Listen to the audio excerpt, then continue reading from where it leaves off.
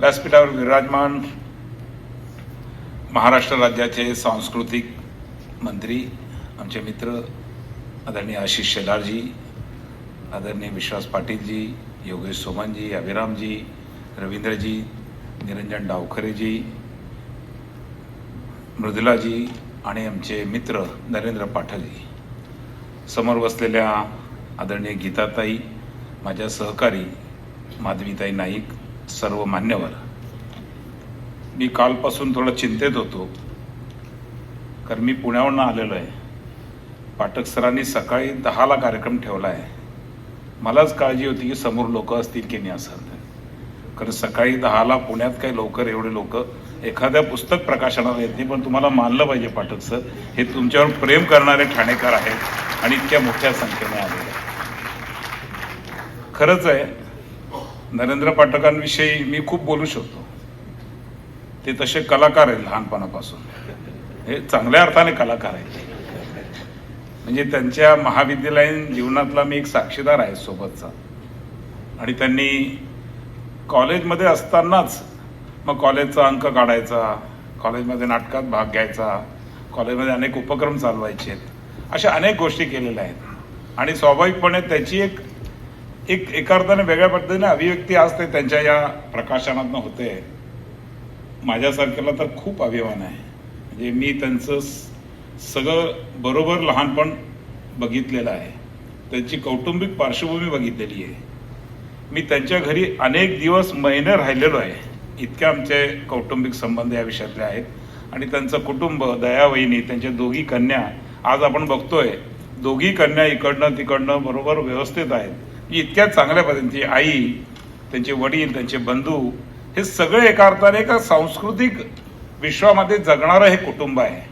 आणि त्यामुळे त्यांनी जे काही केलं एक स्वाभाविकपणे जरी झालं असलं तरी त्याच्यामागे त्यांचे खूप परिश्रम आहे, खूप मेहनत आहे. आणि त्यामुळे अशा एखाद्या मित्राचं एक एवढा कौतुकाचा सोहळा या ठिकाणी होतोय आणि त्याला आपण साक्षीदार राहतोय. मला तर खूप आनंद आहे, मला खूप अभिमान आहे. आणि माझ्या मित्राला मी खूप मनापासून या निमित्ताने शुभेच्छा देतो. मी एकच गोष्ट सांगतो, मी मगाशी गीताताईंशी पण गप्पा मारताना म्हणत होतो, खूप लोक दोष देतात, तरुण बिघडले आहेत, समाज रसातळाला चालला आहे, समाजाच्या 4 गोष्टी होत नाही. मला असं वाटतं की आपण म्हणतो ना संस्कृतमध्ये की योजकस्तः दुर्लभा, कोणीतरी एक करणारा पाहिजे. पाठक सरांनी पुढाकार घेतला आणि चैत्र नावाचा अंक एका वेगळ्या प्रतिकूल काळामध्ये काढला, जिथे कोणी दिवाळी अंकासारखं वाचत नाही, आणि तो आज एका यशस्वीतेकडे चालला आहे.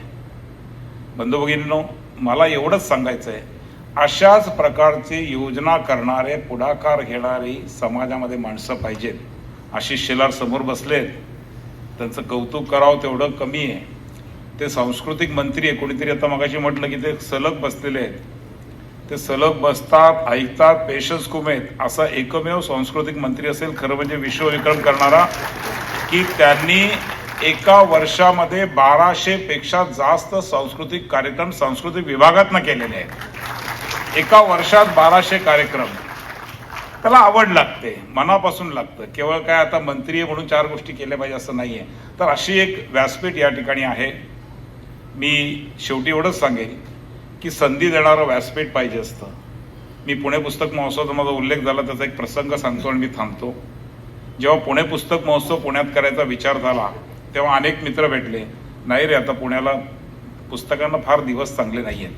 काही प्रकाशक बसले, माझे मित्र या ठिकाणी आलेत, ते म्हणतात नाही हो, आता भाडं पण निघत नाही एसटीचं, त्या स्टॉलचं भाडं जाऊ द्या. आणि आपण बघतोय सगळं. आणि खरंच अशी का दुरावस्था सगळ्या प्रकाशन व्यवस्थेची, लेखन व्यवस्थेची झालेली आहे. म्हणजे विश्वास पाटील सर माझ्याबरोबर साक्षीदार आहे सगळ्या विषयाचे. पण जेव्हा हे आम्ही करायचं ठरवलं, याच्यात पुढाकार काही जणांनी घेतला, मी केलं असं नाही, खूप जणांनी मिळून हा घेतला. आपल्याला आश्चर्य वाटेल मित्रांनो, इतके विक्रम मोडत गेलो. या वर्षी तर म्हणजे आमचे प्रकाशक संस्था त्यांनी सगळ्यांनी मला एकत्र करून, सगळे प्रकाशक, मराठी प्रकाशक एकत्र आले पुण्यातले.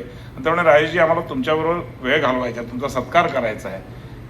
कारण आम्ही आता 90 वर्ष झाली, 90 वर्षात इतके चांगले दिवस आम्ही प्रकाशन संस्थेला बघितले नव्हते. या वर्षी बंधू भगिनींनो, 12.5 लाख लोक 9 दिवसात आली, 50 लाख पुस्तकं विकली गेली आणि जवळजवळ 100 कोटीचा टर्नओव्हर झाला. आणि सगळ्यात पुढचं सांगतो, जो आपल्याला आशादायी आहे तो म्हणजे या 12.5 लाख लोकांमध्ये ज्या जेनजी विषयी आपण आरोप करतो, 60% तरुणाई होती ज्यांनी पुस्तकं लिहिली होती. मला असं वाटतं, छोटासा कार्यक्रम असो, एखादी जबाबदारी असो, एखादा इव्हेंट असो, योजना करणारी पाहिजे असतात, संधी देणारी पाहिजे असतात. ती संधी ठाणेकरांना या अंकाच्या निमित्तानं तुम्ही दिली. तुमचं खूप मनापासून अभिनंदन. तुम्हाला खूप खूप शुभेच्छा. जय हिंद, जय महाराष्ट्र.